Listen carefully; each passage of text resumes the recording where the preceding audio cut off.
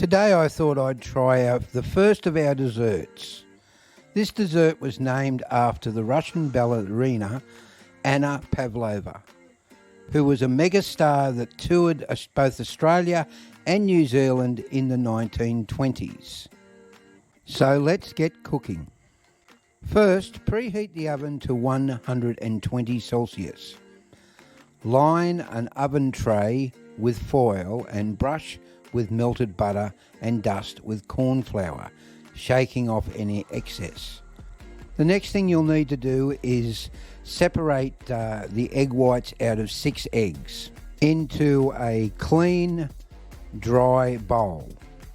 Using an electric mixer, whisk the egg whites until they create soft peaks of foam. Gradually add 1 1/4 cups of sugar. Continue to beat until the meringue is thick and glossy. Take a little bit of mixture between your fingers and feel if the sugar has been fully dissolved. If it still feels a bit gritty, keep beating until you fully dissolve the sugar.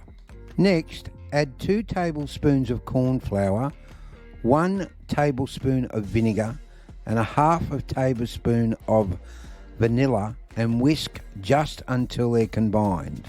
When fully mixed, add into the cake tin and smooth so that the mixture is evenly distributed in the tin. Bake in the oven for 1.5 hours or until pavlova is dry to the touch. Turn off the oven and leave the oven door open ajar to cool completely. When completely cool, transfer to a serving plate and store in an airtight container until required. Now, where it is true you can eat pavlova without the decoration, I personally think it's much nicer with the whipped cream and the fruit on top. When decorating, use an electric mixer to whisk the cream and add icing sugar in a medium bowl until the cream firms up. Using a piping bag, pipe onto the top of the pavlova the cream.